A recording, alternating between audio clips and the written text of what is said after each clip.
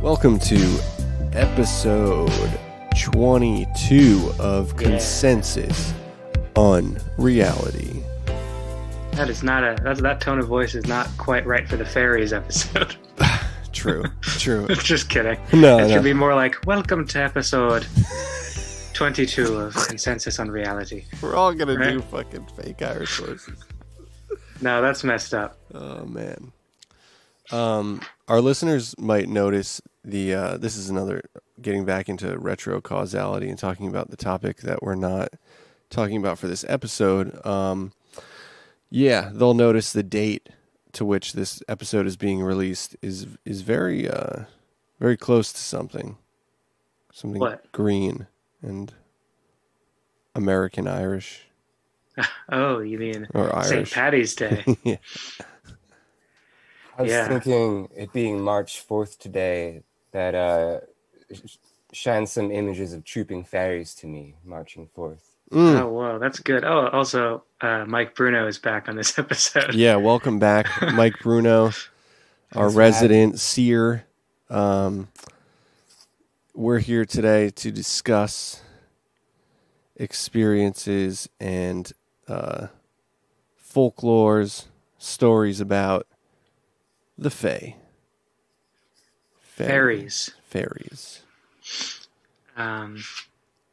Yeah, where do we start with this? That's a massive topic, huh? Yeah. Yeah, I mean, even the term kind of encompasses all types of magical creatures, from like dwarves, gnomes, elves, even giants, I think would be umbrellaed under the term. Mm-hmm.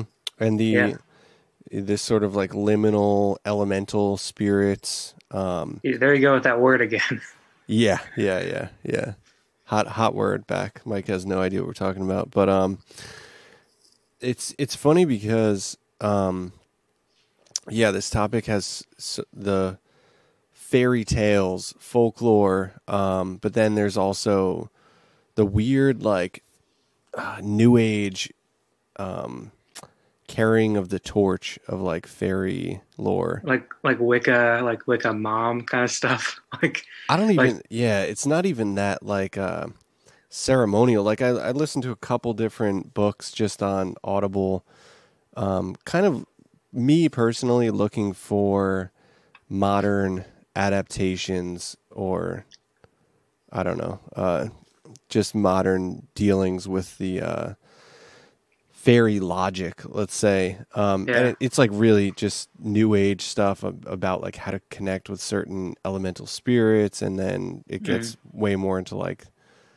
the light being fairies. Right. And I feel like that's a new addition. I mean, the whole elemental spirits thing is obviously ancient, but I feel like at least traditional Irish fairies are looked at more as like actual like just like other beings that like there's nothing like sort of like light body and like sort of like vibrational about them. They're sort of like these things that you encounter, and they have their own culture, and like you kind of just, and I feel like that's kind of shifted where now we're kind of like forced to think of them as like like almost like angels, but I guess there's a tradition with that as well. From what I understand in like the Paracelsian system, there's different creatures relating to the different elements, and obviously they have different purposes in anchoring the body. Right. He was all about like medicine, right? So I hadn't even thought of that connection earlier. I'm glad you guys are bringing up the Paracelsus stuff. I was mostly coming at it from reading this book, Meeting the Other Crowd by Eddie Lenihan, which I got when I was over in Ireland. And I wrote a little blog post type thing for the patrons at the Patreon about this kind of stuff. But yeah, really, it kind of crops up everywhere, these kinds of beings, right? It's a broad one, yeah.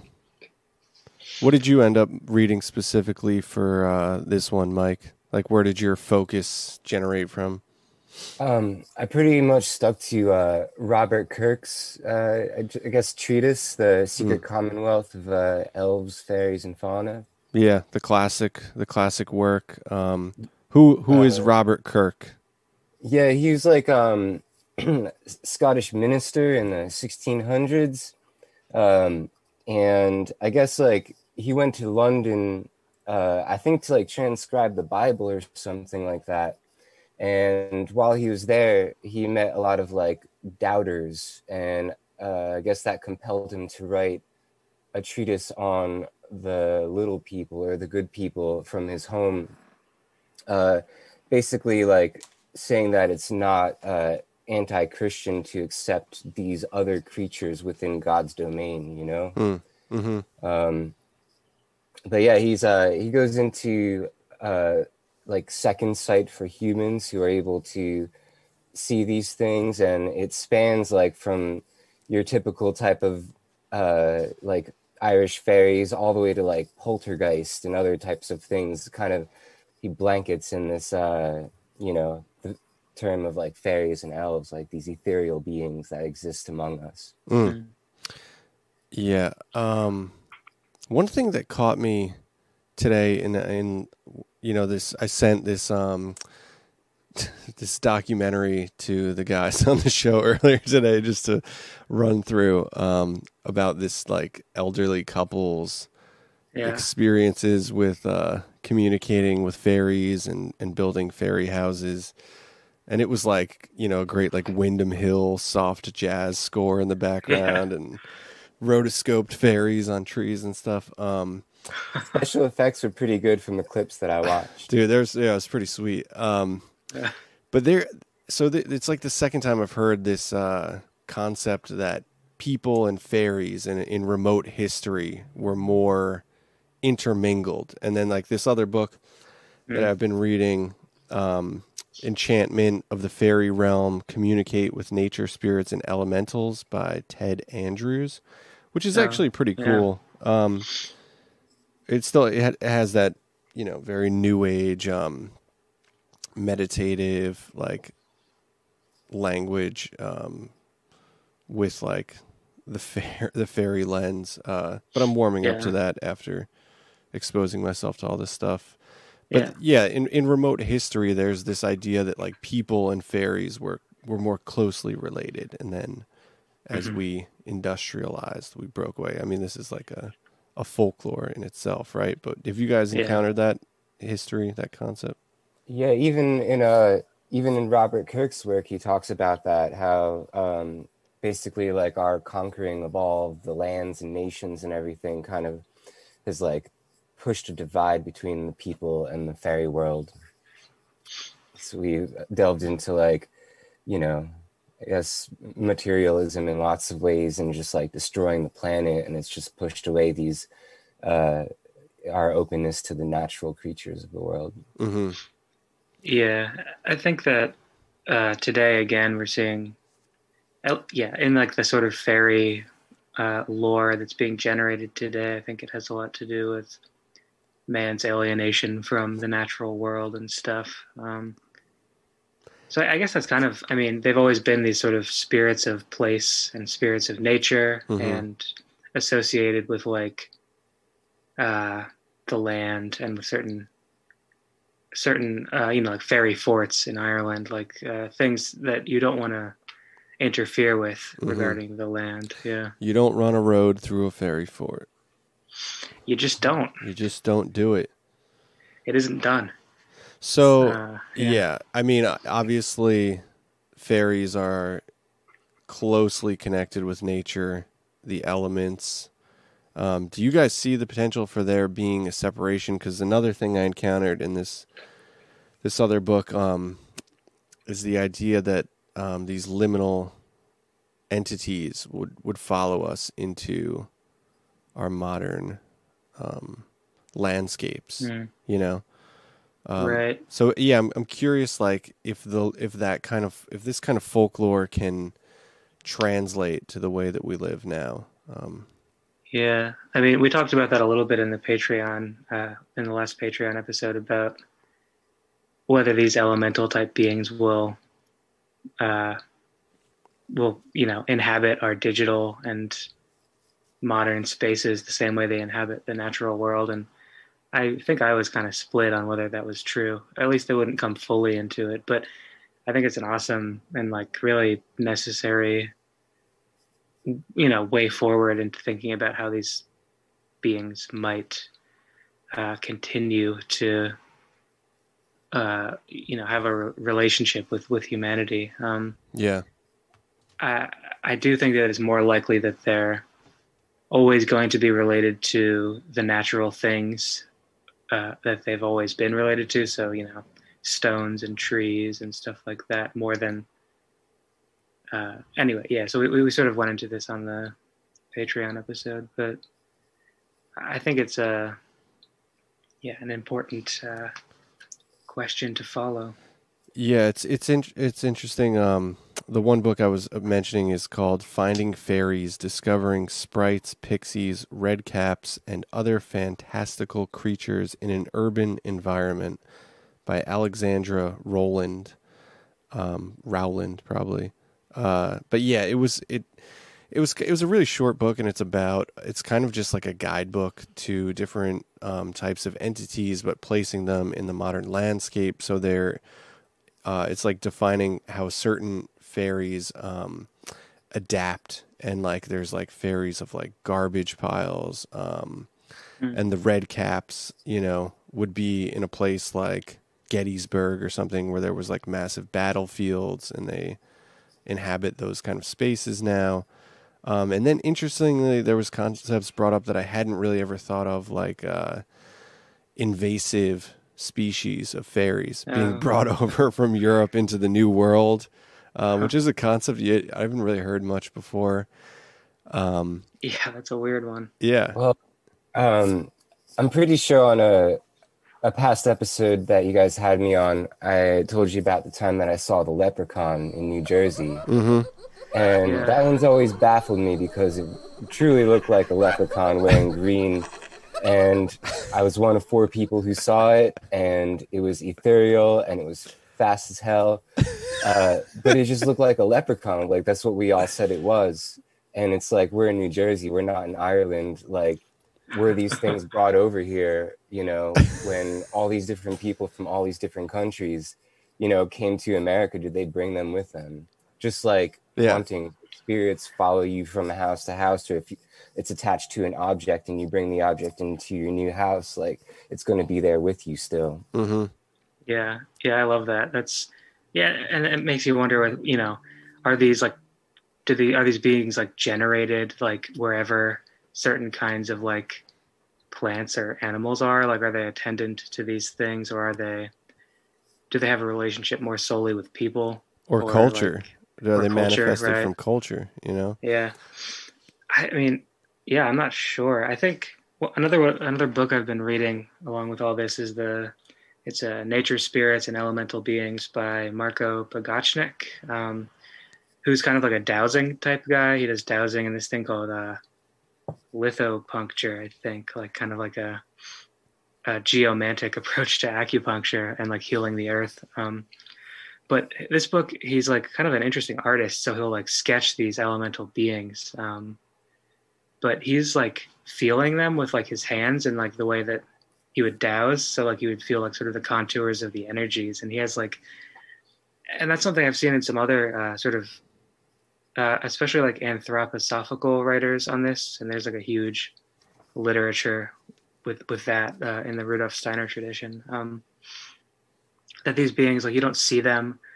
And when we describe a gnome as being like a short man with like a conical hat, it's like a symbol kind of, as opposed to like necessarily what it actually is. And that these things make themselves known in like stranger ways than just like regular sight. So I think that's really interesting. Yeah. Yeah, I love that Mike is just so ready to be the leprechaun guy again, too. Yeah. I'll keep talking about it if you want me to. we can circle back to it. It's funny. Thinking back too, I was just reminded that like gnomes There was a television show when I was growing up called David the Gnome, and it was about a little gnome. It was a cartoon about a little gnome's like life, like, jumping around on mushrooms and like living in a tree stump. You guys remember that? Yeah, I remember David the Gnome. I think that you might be identifying with that gnome. I'm just kidding. Yeah. I mean, if there was a show called Ben the Gnome, I feel like I would be, I would have a different feeling about gnomes. I think like the first time I kind of really got interested in the historical folklore and stuff was from you've seen the Brian Froud Faeries books? Yeah, you told me about that recently, and yeah, they're kind of like all over the place, right? Like when you think of like fairy art, I feel like that comes to mind. Mm-hmm. Yeah, even some of his illustrations were in that documentary I sent earlier, like in a puddle of water. They were superimposed. Yeah, but yeah, his drawings and painting, watercolor paintings and stuff, and the little blurbs of like folklore that come with it is a really great resource, I think, for some of the classic Irish and Welsh, Scottish accounts of the fairies. Yeah, that also reminds me of this this sort of that new age composer that we both know, that Mike Rowland, the Fairy Ring, which like I don't know why, but like I stumbled upon his stuff like 3 years ago, and that like aesthetic is like so interesting. Just kind of like how do you describe that even? The sound and like kind of like, but also like I feel like the images on the covers of the works are sort of like part of the whole thing, right? Yeah, that's that it's whole like this faded like fairy like kind of like, dude, it's so sick. It's like, yeah, because it's very unassuming, like a lot of that Windham Hill new age like soft jazz kind of stuff is, but the Fairy Ring just feels like it's like warping, I guess, because I got it on like a tape randomly in this like junk shop, I can remember. Right, me too. Yeah. And yeah, it does feel like it's like leading you into a fairy ring. We should throw some of that on this episode, maybe. Yeah, no, I was thinking about it. Yeah, processing a little bit maybe. Yeah. But yeah, so that kind of reminds me. I mean, the message on that tape is like, this music is going to inspire like light and positivity, but a fairy ring is kind of like a scary thing, like Rip Van Winkle. Yeah. Yeah. You don't want to walk into it. Yeah. Right. Like there's that. I've been listening to this Tell Me a Story podcast with that guy Eddie Lenahan, whose book I mentioned earlier. And he has this one story where he's just this fairy like kidnaps this guy, and like they like take him into their fort and like just like beat the shit out of these guys and like rip off like their like the one guy has like, sort of like a like hunch in his back, and like the guy like rips that off somehow and like puts it on the other guy, like all this God. Like, well, that one's music related as well, because it was two twins, both were like hunchback, I think is what it was. And the one twin that like was kind of found himself in the fairy realm for a moment, like kind of followed their orders and like helped them learn a song. Yeah. And so they removed the hump from his back and he was like cured. And then the other brother was like impatient, and they were singing the first song from the good brother. And he was just like, there's more days of the week. They're just repeating like Monday, Tuesday, Wednesday, Monday, Tuesday, Wednesday. And he gets all frustrated. And they're like, you ruined our song. You ruined our day. We're going to put this other dude's hunch on your back now. And then like 3 days later, he died. Right. They're like so spiteful and like disproportionately like vengeful. Yeah. And there's a lot of etiquette to dealing with fairies too. Yeah. You really don't want to cross them, you know? No. Yeah. Highly recommend that podcast. The song. And then the guy, Eddie Lenahan, goes into talking about like a little bit about like the days of the week and like, and just like the weird, etiquette's a good word. And like, just, you don't want to you just want to do what they tell you, and it's like it just seems so. And like there's something I like about it is that they're not like fables. Like you're not learning. There's not really anything to be learned from it. They're kind of just like unfortunate. It's just like like if you run into the fairy people, like do what they tell you to do, or they're gonna like ruin your life. Yeah. Like there's like no, it's not like be nice. Like I guess that's kind of, but like because like the guy who was nice wasn't fucked with. But yeah, it's just like he was gifted. Yeah. There's like two interesting things about that story to me. One of which was the depictions, like how like in modern days, I guess since like probably like the 1800s, fairies like became Disneyfied and like have wings and are all small. But the way he describes these fairies is that there was like a leader, and one of them was like tall and robed. And then like the other ones were all like more diminutive than this tall robed creature. And like none of them have wings. They're just like these like ethereal creatures. I also is interested in kind of relating abduction with aliens. Because the fairies abduct people. They get taken to a realm. You hear about like changelings, and you hear about like women being abducted to like nurse baby fairies and stuff. And time dilations within the abductions. It's very similar to like alien abduction lore of our like modern day society. Totally. Yeah, that's to me one of the strangest aspects is that the mythology has to do with how we're currently defining our cosmology or whatever, but there are such similarities in the stories, especially with like changelings and the supposed hybridization program and the way that like having fairy blood. Missing time, like that's like some Rip Van Winkle scenario. It reminds me of, I mean, obviously Joshua Cutchin's work is like touching on all this stuff, and I guess we didn't really get into it as much in his interview that we did a while back, but that's kind of his area of expertise. But even in appearance too, like little green men or people. I mean, I guess their appearance. I mean, another thing is that they can shapeshift, and that sometimes they'll be like animals. And I think in abduction experiences, there's often like these beings do have like a fluidity of appearance. Of course, there's like and sometimes, sometimes even robed. Like, the robes. And then like, getting into like the Hellier kind of thing. Not that we're going to, but like when they describe in that show like these beings that are at the entrances to caves that have like wands, like these sort of, and like, but that's in fairy lore too. That's like Robert Kirk describes them as a subterranean a lot of the time, and I was thinking about that too. Like goblins come out of caves and stuff. He like says that they can like change their like size and slip through cracks in the earth. You know, so there doesn't have to be necessarily like a huge cave opening for them to get into. Right. Yeah. They're just like, they just sort of issue from like places in the earth that we think of as like entrances into the earth, even if it's not like a literal, like just like it's almost, it feels like they are interacting with our minds to a certain extent. But just as often, especially in these Eddie Lenahan stories, like they feel like they just like have their whole entire own thing going on. Like they'll like somebody will stumble on like a fairy funeral, and like will be invited to the funeral, and then they'll just leave, and like that'll be it. Like, or like they'll be asked to like referee a game of curling or something, like some like Irish sport, and like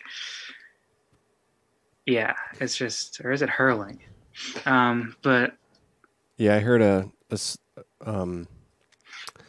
short Irish folklore this morning, and it was about a dude being pulled in to be a doctor for a couple of fairy pallbearers, but it was because one fairy was too tall, so they needed a doctor to cut his legs and make his legs shorter so that the casket could be held evenly. It's pretty demented. I mean, there's like some gruesome like aspects of the tales for sure. I do like the idea that, all the way that we view ufology and fairy lore, or experience it rather, is expressions of the same in-between phenomena. And and we are perceiving it according to our worldview. But then at the same time, of course, like, you know, some of the fairy stories that you're talking about, like, are so specific, independent, and seem so relative to certain aspects of nature.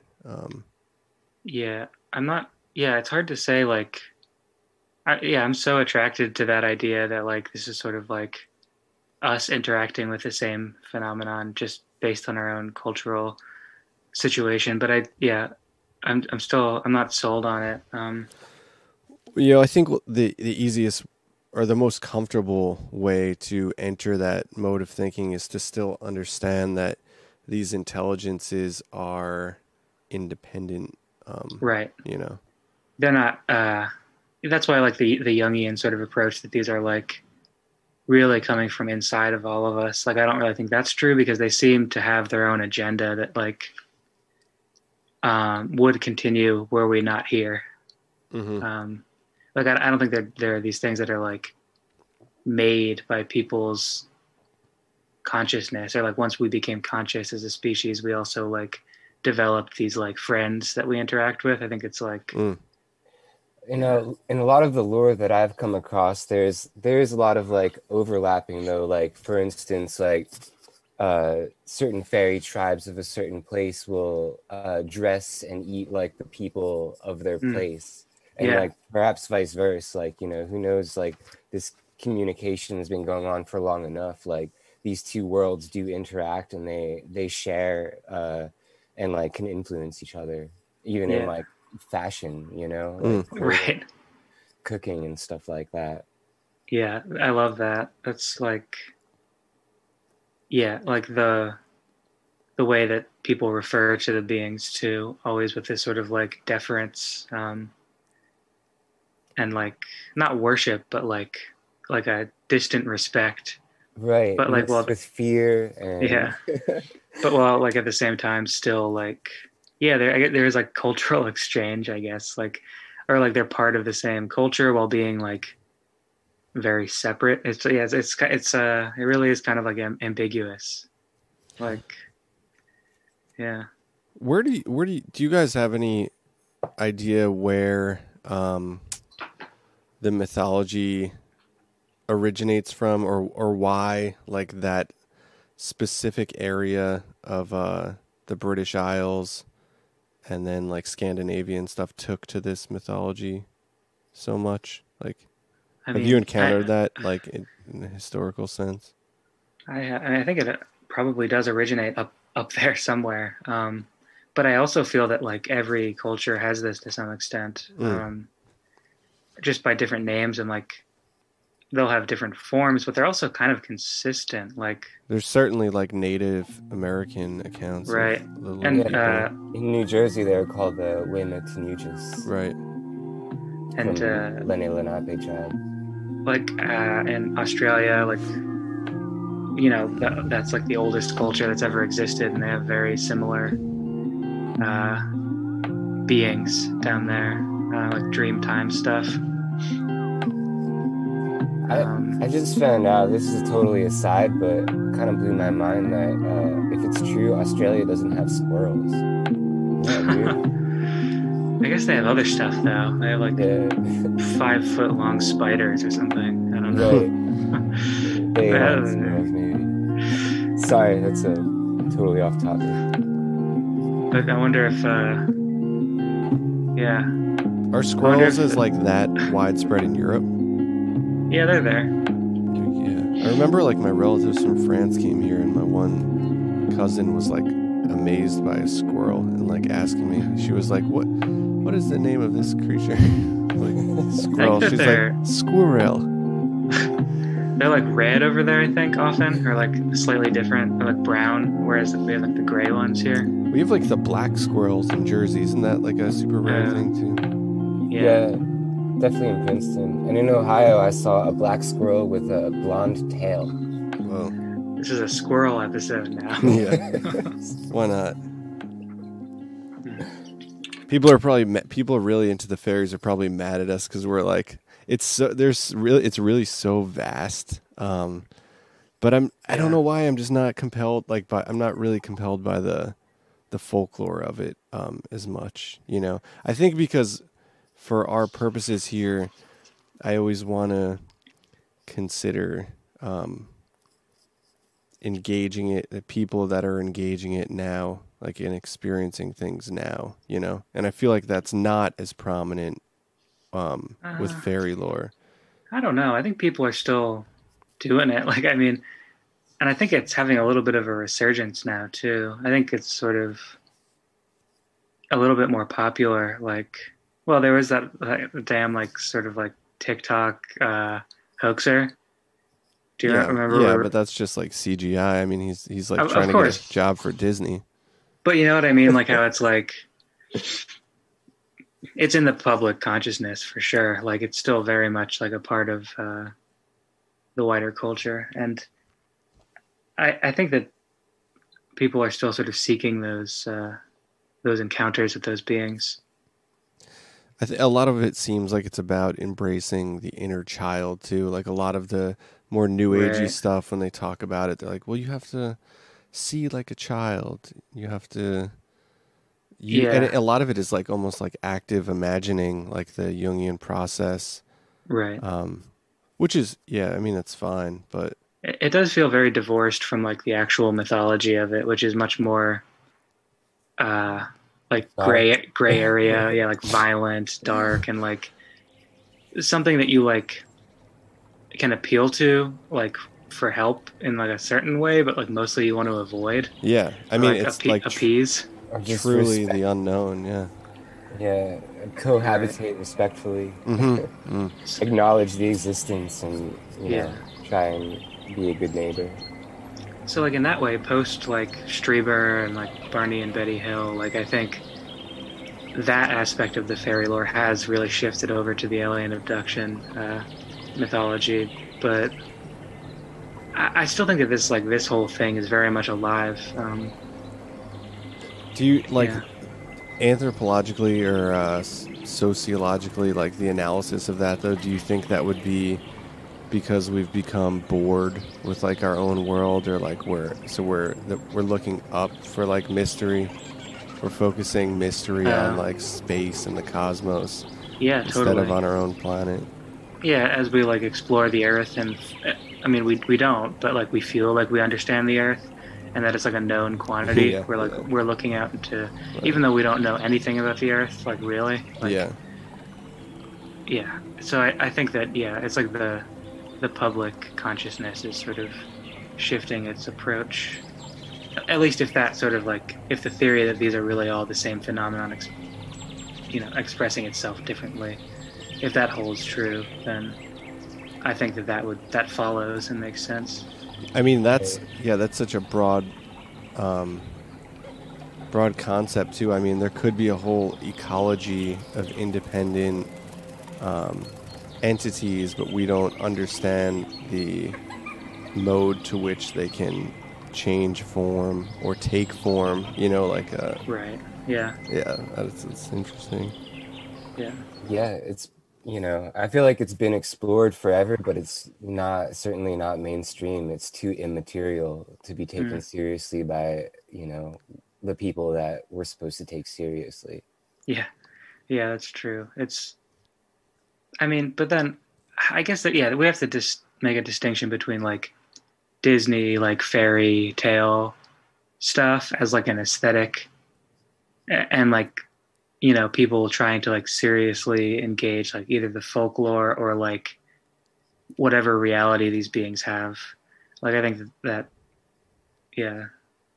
there's a pretty big distinction there. And the same goes for aliens. People who are into aliens aren't necessarily into studying sort of the whole sort of that, do you know what I mean? A sci-fi aesthetic and a fantasy aesthetic aren't the same thing, even if despite their popularity. The distinction there is trickier because the mythology of fairies and nature spirits is reinforced by some of the touchstones of fiction, like Shakespeare, and musically in Wagner.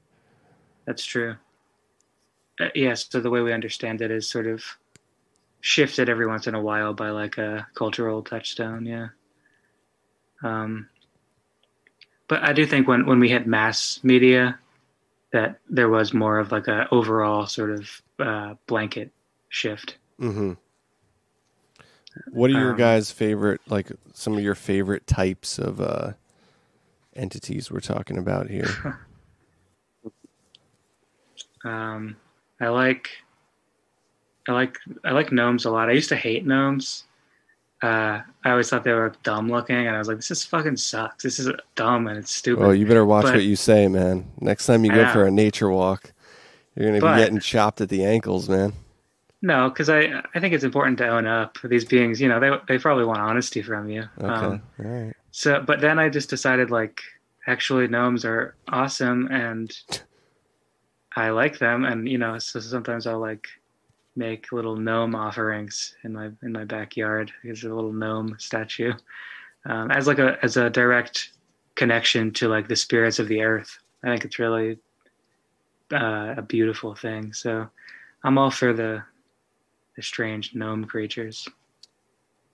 I personally don't like to do like any type of magical stuff, but I don't consider this magic at all. But I do like to leave little offerings too, and I just think it's like just out of pure respect. It's like, well, you might be here and you might like this, and maybe you'll, you know, not trip me or something. What are you leaving? Some As a couple tasty cakes? You know, like anything. Splash of whiskey, even like you know. For the homies on the invisible realms. The liminal plane. Yeah. Yeah, totally. Yeah, I do that. And like if I ever do like any kind of magic, I take like the remnants of the ritual and put it near some sort of like representative of these things as like a way to like say, you know, this is going back to the earth now, or you know, back to that place. But that's very rare that I ever do stuff like that. Only in times of desperation, which is you know, that's when it works too. That's when you need it, right? Yeah, gnomes are great. I've really grown to like fairies, like as I've gotten older, and you know, grew away from the idea that they're these like annoying little like bug sized like humanoids that are like, you know, represent like magic, you know, and thinking of them more as like this sort of strange, almost ghostly, like otherworldly thing, like related to the dead and related to like, you know, all this like really interesting stuff. And yeah, I've really grown to, they've moved up on my list of like topics and sort of things to, yeah. I find it hard to discern the fairy world from like the world of like ghosts or elementary or like just animated intelligences of any sort. I feel like it's all kind of, they're all like sort of together in some type of way. Yeah, sometimes I agree. Like poltergeist activity in particular, I think is like, it sounds a lot like fairy stories of trickery, you know? Yeah. Yes. I recall writing a song to the, wow, this is probably a Scottish word, so I'm just going to butcher it, but it's the Goragid Anún.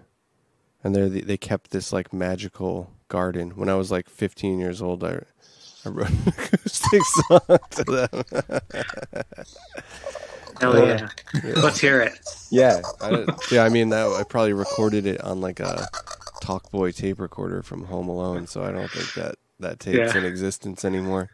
And neither is the song, luckily. You sure you didn't throw it on a burnt CD? Probably reached them across the Atlantic, and they closed the doors to their magical garden to me forever. You're not allowed to get into heaven. Yeah.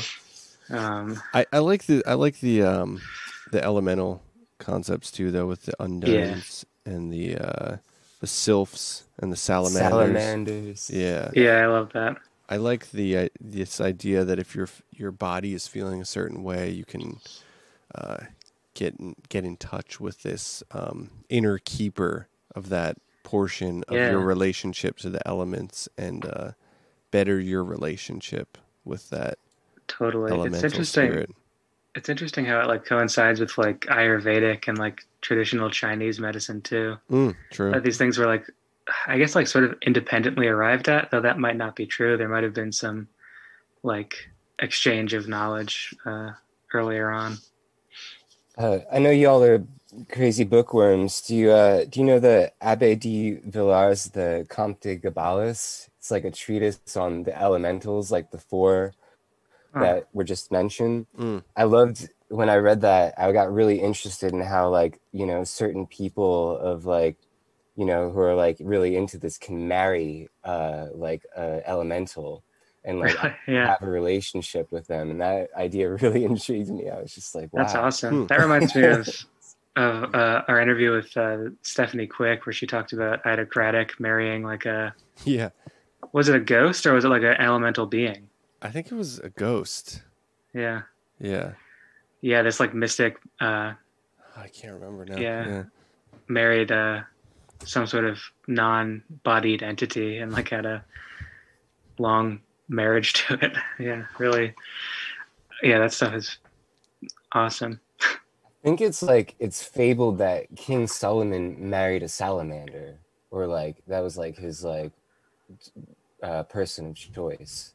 Or hell yeah. Choice. Yeah, it's funny because the name only is like in reference to the pointy tail of an actual salamander. I think like I heard somewhere that the term was because if a log caught on fire, the salamanders would all try and escape it, and they kind of like that sort of thing meshed in people's minds, like salamanders escaping a burning log throughout history. That's crazy. Because they're so like wet and slimy, so it doesn't come to mind as fiery, but that does make sense. Yeah, they can't handle the fire. They're like, they come out as like envoys from the fire when the log is burning. Yeah, that's cool. Yeah. Is anyone prepared with some good folklore stories, since this is going to be so close to St. Patty's Day? I feel like you mean like personal stories or just from our research into this? from the research. I mean, my favorite from the Eddie Lenihan book, which is, you know, pretty much the other books I looked at are way more like elemental spirits. Like one is like a channeling book, but the Lenihan book is the one with the best like tales. And I'm not gonna like tell it right, but there was this like farmer, and he was out in his field one day and he saw this wheel approaching him, just like spinning through the fields. And as it got closer, he saw that it was like a snake or an eel that was eating its own tail and rolling. And it went by him, and he was, you know, like, he went home and told his wife about it, and I don't think she believed him. And it was like this whole crazy experience that happened to him. So he kind of forgot about it then and went to bed. But it was either the next day or like some other time that was like maybe a similar time of like the week or like a moon cycle or something. But he was out in his field again, and the snake came back again, or the eel, whatever it was. And this happened a certain number of times. I don't know if it was 2 times, 3 times, or what, but I'll get to the end of it. So he wants to see what's going on with it. Like, why is this doing this? And so he took out like a sword or like a knife or like an axe or something. And as it came by, he cut it, and it was, you know, it fell to the ground in like a heap, and he took it back with him. And I mean, my memory is not so great. So he kills this eel thing, and then he starts to get sick and injured, and so all these horrible things start happening to him. And long story short, it ends up that is it was a fairy that was traveling, and it was this kind of fairy that lived in lakes, in Ireland, and that's how they traveled from lake to lake to give each other messages. And so he killed it on the way to like delivering a letter or something at the other like Faerie lake, and so he was sort of cursed. And I don't remember how it played out in the end, but that's the basic skeleton of the story. And yeah, I just love that sort of crazy Ouroboros image. Like, yeah. Sounds like a mystical vision. Yeah. Hey, to interject real quick, what happened to, what was the fate of Robert Kirk? Did he disappear like mysteriously? Yeah, I mean it's steeped in lore. I'm not sure what actually happened, but in his like hometown area in Scotland, it said that I think he was like 48 years old, and he was on like a fairy hill in his hometown and was found dead. And nobody ever figured out the cause of death. Other people say that he was just taken into the fairy realm and there was no body whatsoever. I don't know if the grave has ever been exhumed, but there's multiple different tales about his mysterious death. Nobody knows how he died, or even if he died, I suppose. Yeah. There's contradictory stories, but he does have a gravestone. Wow, that's awesome. I love that people say he ended up in the fairy realm. I think don't write about him. People speculated that like by writing about them, like per se revealing secrets, that like they abducted him or something. I feel like it could go any way. And they tortured him, probably. I mean, maybe they're just like, you're going to be ridiculed for the rest of your life out here in this crazy world. So why don't you just come hang out with us for eternity and timeless bliss? That sounds nice. Drink fairy mead and hang out all the time and play enchanted music. Right, you're not supposed to drink their stuff, right? Right. Well, unless you want to stay there forever. You kidding, boy? I would drink that stuff forever. Yeah, it sounds great. It sounds better than the whiskey. Yeah, that's crazy. And another thing related to all this is the Banshee. Have you guys looked into that at all? Mm-hmm. That stuff is really interesting. That's like, I guess, I mean, obviously everyone knows about that from like the idiom of like screaming like a banshee or whatever, but it was like this wail that would like either predict or like come at the same time as like the death of somebody in Ireland, and like clans and families, I guess, like had their banshee, and like it was like seen as like it's a good thing if you have one. It's like sort of like it's not like a ghost that like haunts you. It's like a link to the earth kind of, that like, especially like in a family way. It's like this really interesting like phenomenon that like that people just lived with. Yeah. Right. And I love all of these like kind of outsider solitary creatures that are like under the blanket of the fairy world. Right. What is it? There's like two houses kind of. There's like the Seelie and the Unseelie. And the Unseelie are like more like solitary. They're the tricksters. They're vengeful, but not necessarily in a bad way. They're just like harbingers of change. And like I feel like that's where they lie in, like the Selkie. It's like this weird water sprite, horse spirit that like will drag its victims down, like consume them or mate with them or something. There's all these, such as the Banshee, there's all these different things that like are just more like, maybe there's a few of them, but they're just not like the common trooping fairies that like you get. Right. But they're considered within the fairy world. Yeah. They have their own stories and they're terrifying. Yeah, I love that. And I guess, I mean, they often kind of like could be taken metaphorically, but they're just like strange enough that like that doesn't quite work too. Like they're not just like allegories explaining like what it's like to lose a family member or something. It's like there's elements of it that don't really make sense in that way. So they're kind of like inexplicable. Yeah. I remember in this Finding Fairies book, which is about like fairies in urban modern environments, there's a part about species of fairy inhabiting Chernobyl, because Chernobyl is sort of like this beacon of like open radiating energy and like certain species of fairy being drawn to it. I'm just curious, like I wonder if there is like any kind of like modern lore building these accounts or stories. I wonder where this writer actually compiled that from. Yeah, just like canvassing people for fairy stories, like in New York City and stuff. Like, yeah. Do you think there are like 9/11 fairies and like fairies of? Well, that would be like red caps, like right, yeah, and like wreckage and rubble and stuff like that. Yeah. Or like what else? Like, like were fairies generated by like when everybody was super upset that like Trump won? like what like if we're looking at it like from a like that like events that are like big have like these spirits.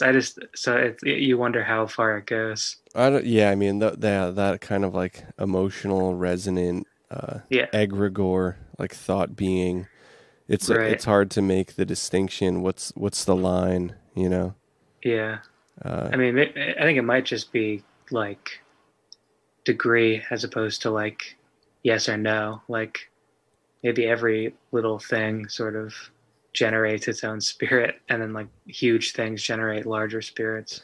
Yeah, the types of spirits that we're talking about today seems to be related to obviously material causality as well. So, you know, if people actually died on a battlefield and there was actual destruction and devastation, then Redcap might inhabit that space now. Whereas something like you're talking about with like the political that's more like an mental exhaustion. Yeah, I mean that. Yeah, but once again, I mean, like, what's the difference? Yeah, I mean, just for categorically speaking, like the types of entities that we're talking about, I think, are grounded more in a material sense. Right, and I think sometimes they don't even have any relationship to that at all. I think they can, but I think the fairies are kind of autonomous too. You know, they're not necessarily. They might be like attracted to, you know, that sort of thing. Just like certain parasitic or vampiric spirits, which might also be fairies, are attracted to like troubled people and whatnot. Yeah. Yeah, that seems to be true.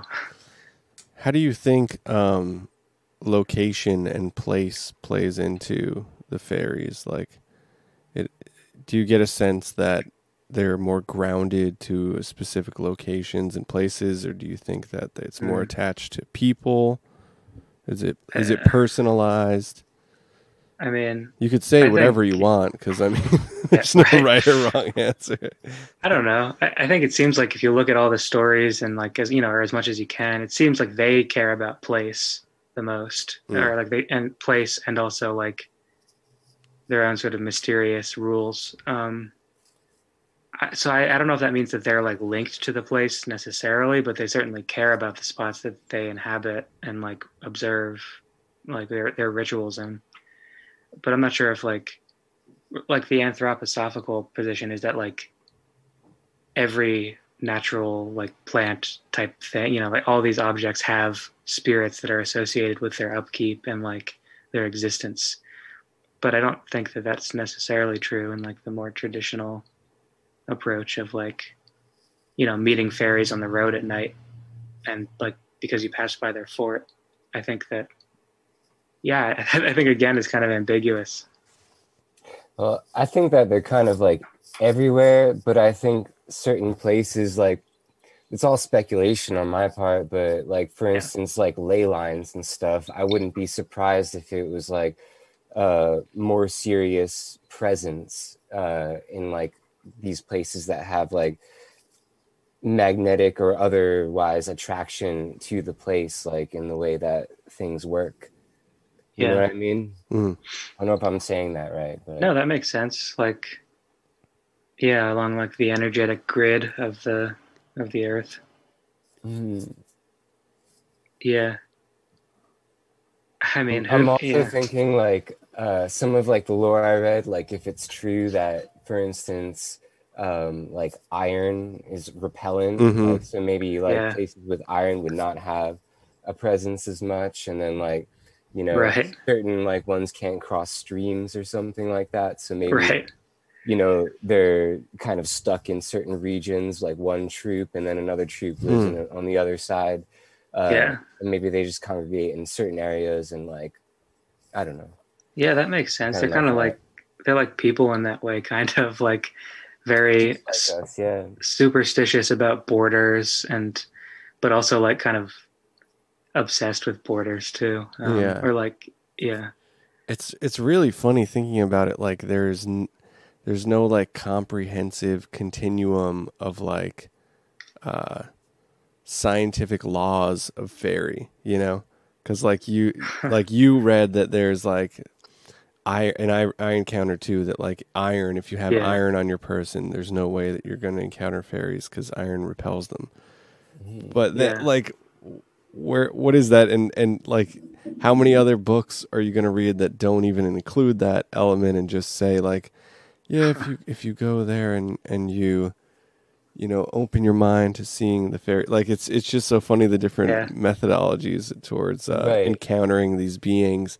It's so I don't know. It's so personalized, and it's there's not like a comprehensive method, not scientific method, but like like there's I don't know. Yeah, I mean our science won't touch the subject, so it's kind of impossible. I don't think it could. That. Right? Yeah, it's not capable of dealing with it. I don't think, at least not yet. I mean. Maybe in the distant future. But even in you can't compare it to science, obviously. But like a method, like the paranormal ghost hunting seems to have like EVP or whatever, and like its book of like methods, like. Right. I would love to like be like studying this in like a college and like. Measuring the energy in like a certain square of space while I throw salt across it and seeing if the energy like goes up or down, you know? Yeah. You're like wearing 2 wooden shoes, like doing a dance around a room. Exactly. Yeah. That's where the money should be going. I mean, certainly. Yeah. Like the iron thing reminds me of, I don't know why exactly, but like that certain minerals might attract or repel these kinds of phenomena, like the whole missing 411 thing. I don't know if you guys ever got into that, where that dude was like, me and Mike met him in person. You told me about that. That was on like the first episode of the podcast. David, but like the whole thing with quartz, right? Like how these things happen in areas that have like large deposits of quartz, and like whether like certain elements or piezoelectric effect. Yeah, and like that happens in like the whole the Pennyroyal Plateau thing as well. So like iron might be more of a blocking for these kinds of entities, but the missing 401 stuff does kind of sound like fairy stuff. I mean, the intersection is funny. Yeah, but he doesn't. He just talks about like the weirdness. It's because he's like an ex-cop, so it's like just like he can't say strange fairies. reports. Yeah, right. He'd get like kicked out of his like macho club if he said the word fairy. I feel like a lot of like ex-military dudes like love the missing 411 stuff, like trackers and shit. Yeah. I mean, it's Bigfoot so interesting. Guys love that shit too. Bigfoot. I mean, Bigfoot's always implied in that show. And I mean, Bigfoot's kind of a fairy creature too. Yeah, certainly. But that's like a historically the cryptozoology thing like has its beginnings of being like this is just a missing link creature. Right, it's science. It's like they're going to be like the next person who like discovers. It's like people trying to be like the people who discovered like the silverback gorillas or whatever. Like this is a new species, and it's like this, but like they're tracking like these like really crazy ethereal beings, trying to like capture them. Well, it's funny because like that stuff actually happens. Obviously, like with when was the coelacanth discovered? It was like the prehistoric shellfish. Yeah, they found it like still alive. Yeah, like pretty recently. Yeah. Like 25, 30 years ago, but still. Yeah. That's funny. I don't know. I feel like we're a bit unfestive about the fairies here. It's just you just got to be so jolly about them. I think it's right. Well, I mean, I don't think that's like. I think that's part of like our sort of not to beat a dead horse, but our like Disneyfied lifestyle is that like these things are like happy magical beings that like so much of wishes. So much of it's like distant music though, and like in the lore and stuff is hearing like song. Totally, yeah, that's true. I mean, to encounters.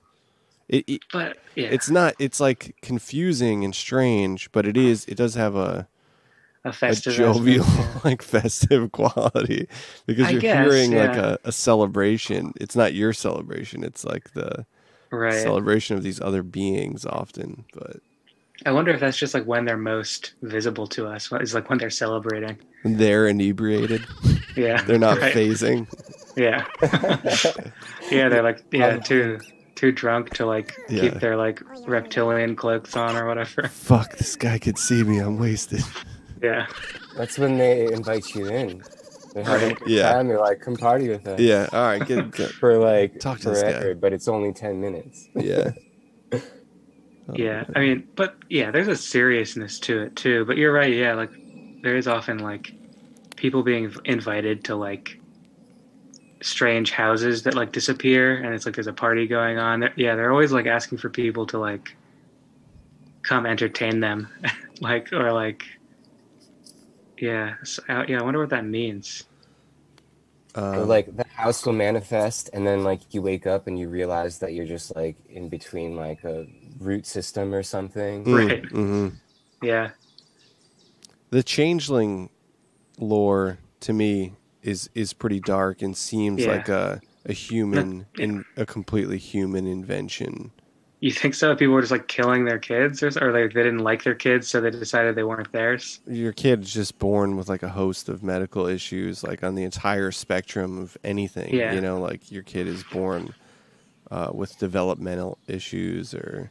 Do you think that that's like issues? They're like it's changing. I mean, that actually happened. Yeah, that's like totally happened a bunch. Yeah. Do you think like there's anything to that though, or do you think that's totally explainable by like people having like a difficult time accepting what their children are like? Well, I think I'm not saying that they didn't believe that, but to me that seems like way more equated to like a thing human that happens, invent of folklore as opposed to weird things that people actually saw and interpretations of that, Right. The changeling just seems like some guy was just like, it's a fairy baby. I don't know as much about the changeling stuff. Kind of for that reason, I guess, because it's kind of, it feels way more explainable by like bad faith than by like, But I'm sure because I haven't looked into it, there are like some stories that are like really mind blowing as well. Like just a critter in the in the crib. Yeah. Or like you wake up and like now your son has like dark like black eyes and like green skin. Mm-hmm. Yeah. Yeah, I mean, I can't help but think about like abduction and hybridization. Totally. So when we talk about this, like that's really what comes to mind.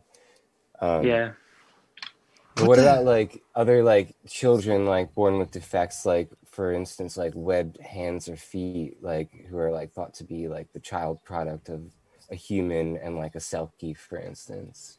Mm-hmm. I don't know. I mean, that seems very uncommon. Yeah, it is, and I'm pretty sure there's like medical diagnoses for that type of like very rare illness. But like I think that would just like be a good scapegoat, is to be like a selfie, right? Father or mother of this child. Yeah, like that's the only thing that can explain this crazy thing. Yeah, so that's like that's the aspect of folklore that explains things that have later been explained better by like scientific processes. Do you guys remember? I feel like we talked about this on an episode, or I encountered it in something recently, but There's like a story of these two children showing up to like a town in England, and they were green. They were green, yeah, I remember that. Yeah, I don't think we talked about it on here, but I've definitely heard that story. I don't know where. And they were like assimilated into the town, and they're like actually buried there. Like it's a true historical story. These children showed up with like no backstory, and they were green. Yeah, they like came out of like a mine shaft or something, didn't they? Oh, right on. Or it's been years since I visited that story. Yeah, I forget. Having trouble remembering how that all went. But yeah, they were definitely like green and grew up their lives there. Yeah, that's such a... Oh, man, I forget where I heard that recently. But it's cool because they just, like, stayed. Right. I forget... It's foggy in my head, but I feel like they lost, like, the green pigmentation. Like, the longer they stayed or something. They assimilated. Yeah. Yeah, that's so weird. I remember...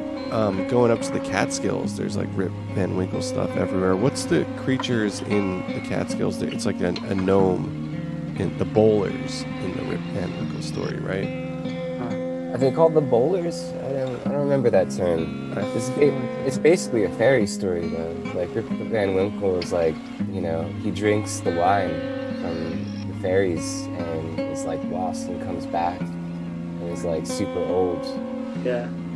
Yeah, in Secret Teaching by Manly P. Hall, he has a chapter here on elementals, and he says the famous bowlers that Rip Van Winkle encountered. And what's Tommy knockers are like? Miners would hear them in the caves, right? And they would be like almost like premonitions of weak spots in the caves and stuff. Premonitions of like collapses and shit.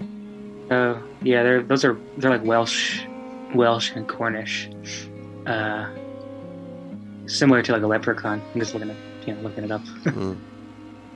Yeah, tiny little beings with disproportionately large heads. Cool. Sounds like aliens. Yeah, it does. And I think Whitley Strieber even named his one of the types of aliens that he encountered in like the communion stuff, kobolds, which are like another kind of fairy type. Yeah, fairy type thing. Goblin type. Yeah. Have you guys ever read 1Q84 by Murakami? I did, yeah. I mean, there's that whole when it came out. The whole fiction about the little people. Giving the female writer, the protagonist, that story, the air chrysalis. Yeah. It's a really strange element to that story. When did that come out? I feel like that I read that in a dream, but I definitely read that. Like 2008 or something, probably. Yeah, I guess I must have. 2010, maybe. 2010, yeah. Is it? Yeah, there's that whole aspect of the story where she encountered like little people as a 2009. Yeah. Yeah. Yeah. Yeah, I like I wonder if there's a Japanese mythology around that too. I mean, I know that there's a incredibly rich like system of folklore there. Mm-hmm. I think it's like I might be wrong, but I think they're called the yokai. Yeah, there's something with that, yeah. What's that called? What's the old... Is it Shinto? Is that the old religion over there? I think there's like Brahmanic nature spirits as well. Shinto is the older Japanese religion before Buddhism came over. Huh. I just pulled out a book in my library. Monsters, ghosts, fantastic beings, and supernatural phenomena of all sorts haunt the folklore and popular culture of Japan, broadly labeled yokai. These creatures come from infinite shapes and sizes, from Tengu mountain goblins and Kappa water spirits to shape-shifting foxes and long-tongued ceiling lickers. It sounds just like the fairies. I love that. Oh yeah, Kappa. I love those. That stuff's crazy. Like kind of turtle-looking things that like sit in the water. Right. Yeah. And so many of those things got turned into Pokemon too. Like, or Pokemon were based on a lot of these like folklore characters. I believe it. That's fun. I play Magic cards, and my favorite deck is a Faeries deck. Yeah, I feel like they're like pretty good about incorporating like actual folklore into their like little like stories. Yeah, they're pretty good. I mean, it's good. Yeah, it's not like but like for like a fantasy sci-fi thing, like it's relatively faithful. Yeah, I always like that.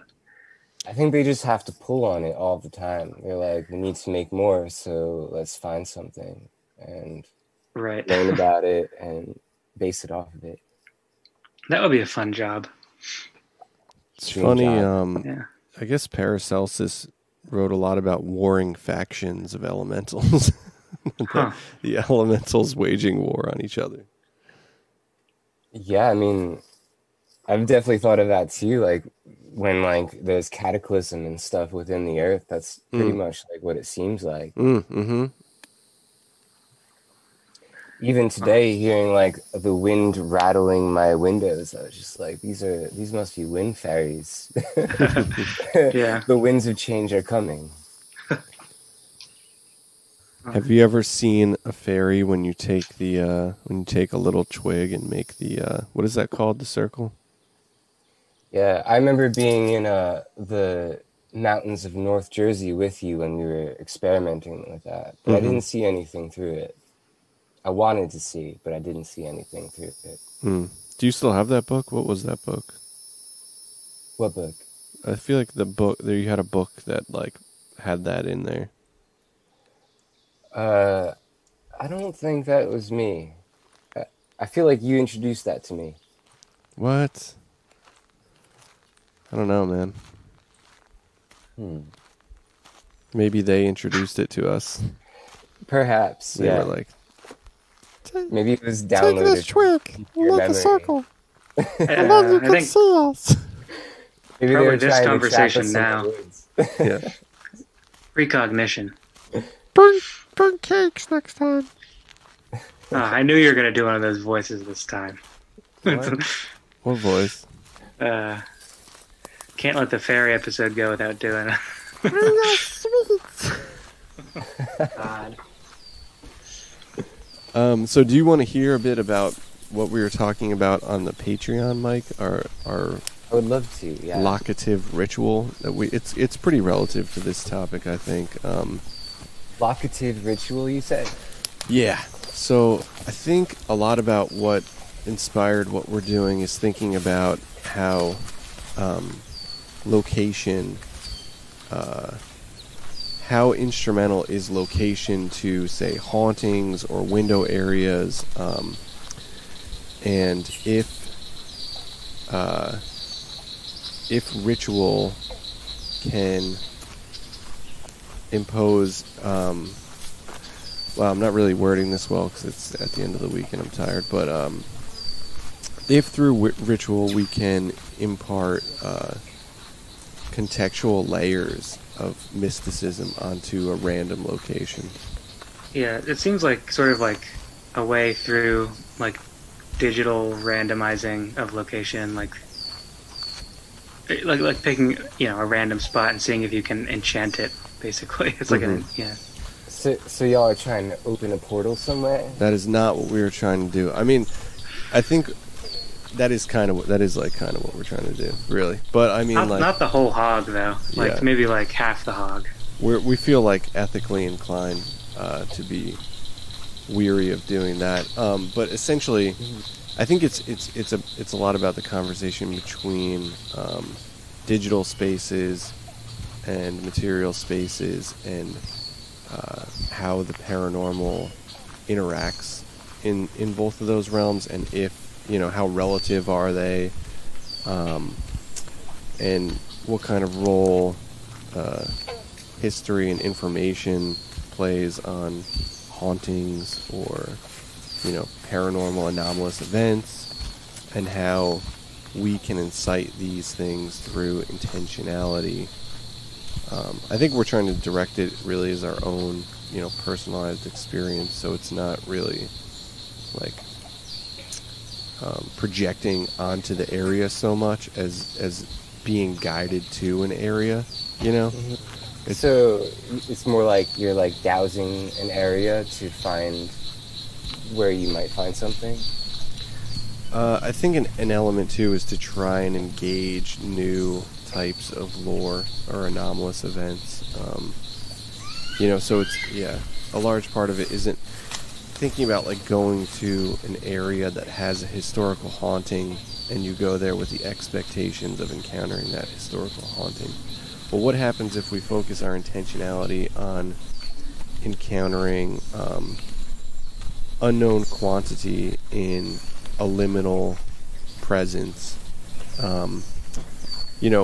We created our own personalized, our own novel ritual to do this, and then it's experimental in how we see what arises from that and where it directs us and what how that place plays into it.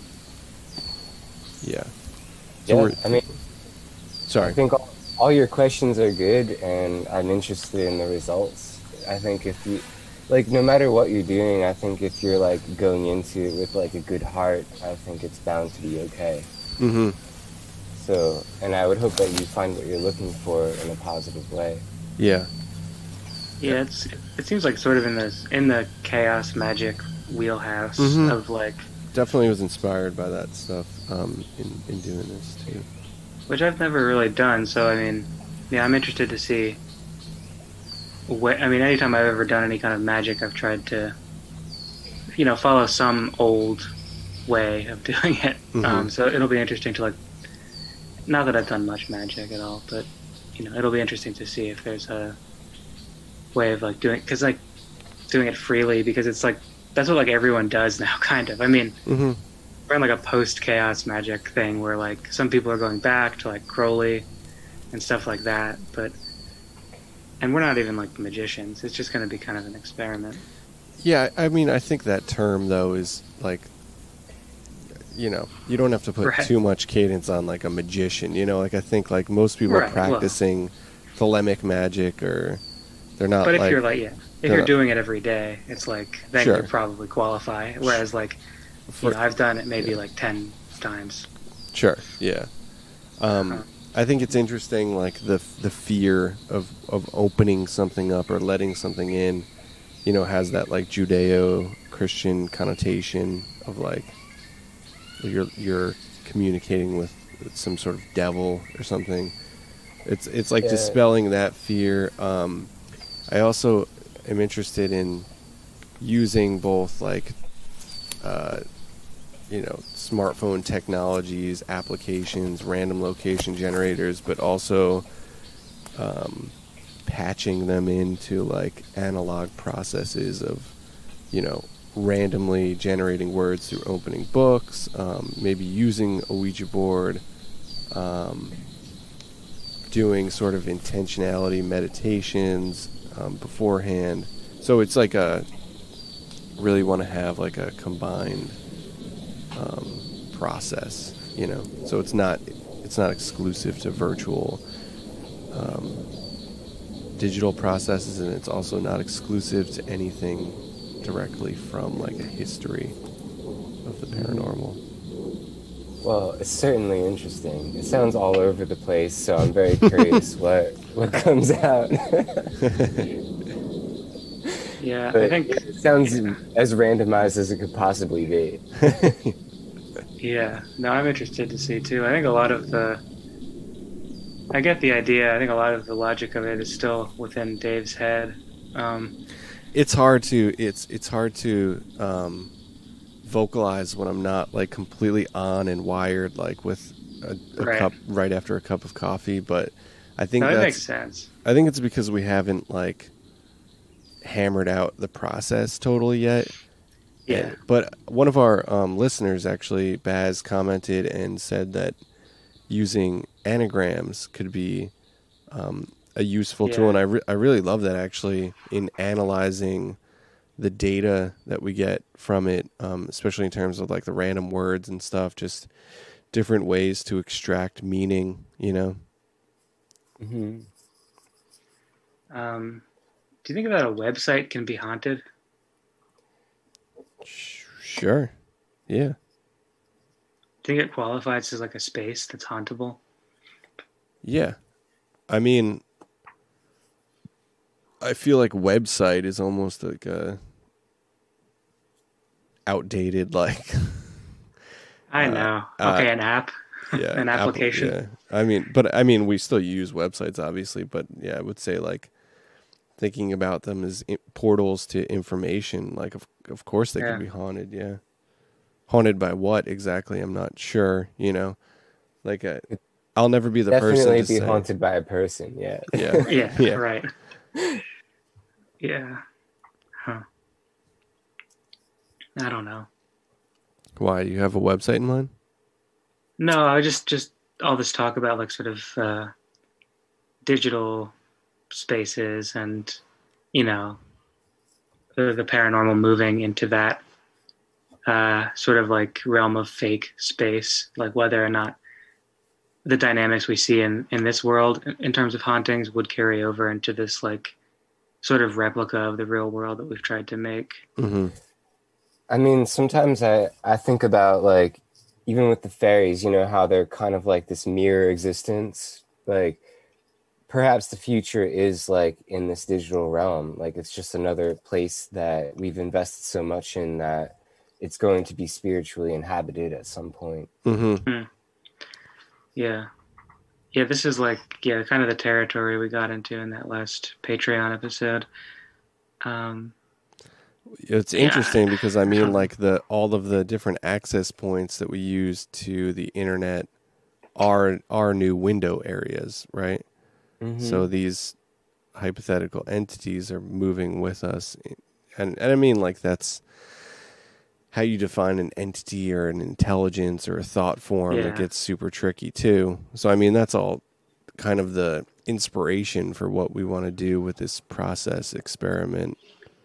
Yeah, it'll be interesting. I mean, I'm such an internet pessimist lately that if some positive experience comes out of it, I'll be happy. It almost at this point, everything we've talked about seems more analog thus far. Like that's true. It's just Randonautica is the only. Yeah, and random word generators and stuff. Like right. We're using, you know, digital computational technologies, but and the locative thing obviously is like geo, right? But it's not. We haven't even really gotten into the internet aspect yet. That's true, but it's sort of on the, you know, it's like hovering over it. It's on the internet. The conversation is, you know. That's the whole podcast is. Right. So it's going to build. I mean, we don't have a clear understanding of what it is yet. So it is really like a chaos magic ritual in a way. Yeah. Maybe when you get it started, I can set up some measuring systems for electricity and throw some salt across. Dude, there you go. Measure it out. Yeah. See if anything's changing. Oh, I mean, that would be really awesome if, and funny, if when we finally go to this place, if we have like certain protocols for measuring activity. Mm-hmm. So it's like we have like a set of parameters for creating measurements. So Mike actually has to throw salt across the room, and then we do a heat index measure of like a certain part of that room. Yeah. I mean, I think all of the information be valuable in understanding. Certainly. Yeah. We need to get like those tools though. I wonder how much that costs. Like the shit that they have on all of the paranormal shows, just like they open their little suitcase and it's like all these things. We need like half of them. Right. We don't need all of them. And we need like, I think we need to use like a dowsing rod app, you know? I was thinking actually of just buying dowsing rods lately. So I might just go ahead and do that for myself anyway. Yeah. I fully support that decision. Yeah. But it's going to be so fun to compile a bunch of data and aggregate it and see what the hell comes out. I mean, and yeah. there's that aspect of that doesn't even make any sense right now. But then there's also like the novel experience and narrative that we're building through this experience. But yeah, I mean, it's really just about how we can layer onto place. I think redefining space, and it's going to create a conversation about the conception of, say, a haunting or an anomalous space, you know? For sure. Hey, look, an EMF meter. It's $200. I'm looking at all this stuff on bleep me out, Amazon. And I can get dowsing rods for $13. So.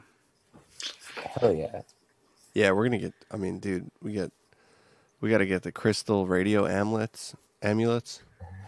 Those are quite expensive, though. The brain Let's power just, box. Sink all of our money into like radionics and stuff. I have a lot of like weird radio stuff that's gonna have to be involved. Yeah, I have the spirit box. That's about it, but that's fun. Okay, well, should we cut it off here? We're about an hour and a half in. Yeah. That went by so fast. It's almost as if we were in some sort of fairy ring. Did you just say a time loop? I said time oddity. Okay. Same difference. Time loop. Okay, well, there's our fairy episode. Yeah. I thought we covered some cool ground. There's just so much. It's endlessly steeped. Yeah. I mean, it's hard. It's a hard one to choose a direction in, because I think you're either talking about folklore and fairy tales, or you're talking about, something very vague and personal to the individual experiencers. Yeah. Mm-hmm. Right. What should we call this one? Fairy time. I like it. Very, very good time. Very good episode.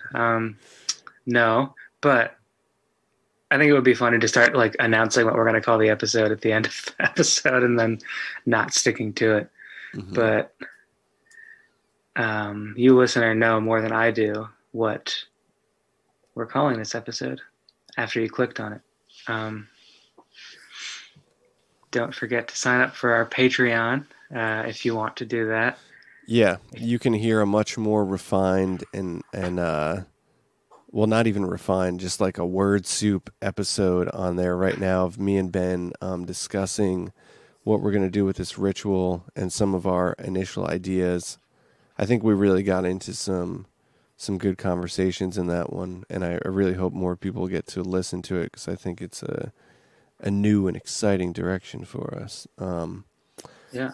But we're gonna keep doing stuff over there, doing some written content, and we always have at least 2 exclusive episodes there a month. It seems like we're doing more now.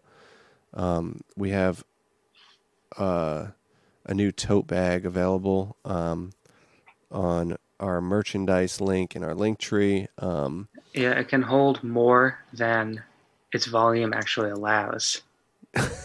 Yeah. It's a fairy bag. Unbelievable.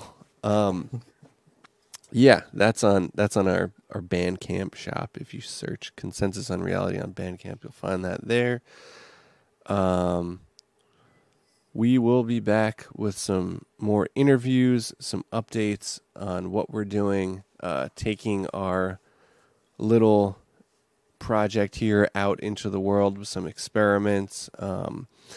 And in supporting us on Patreon, you're going to help us get some new technologies we need for this important data, as well as some video equipment and editing software, stuff like that.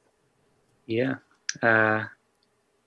Thanks to Mike for coming back on the show and talking about the good people with us. Thank you for having me. As always, it's a pleasure. Mike, would you step into the fairy ring if you saw one? No, I would not. I believe in it too much. Sinister stuff coming from this man. Apprehensive. Cautious care towards the fairy. However, if the fairies offered me a drink, I might take it. Yeah. Then you'd have to stay. Doesn't sound so bad. No, it doesn't. Yeah.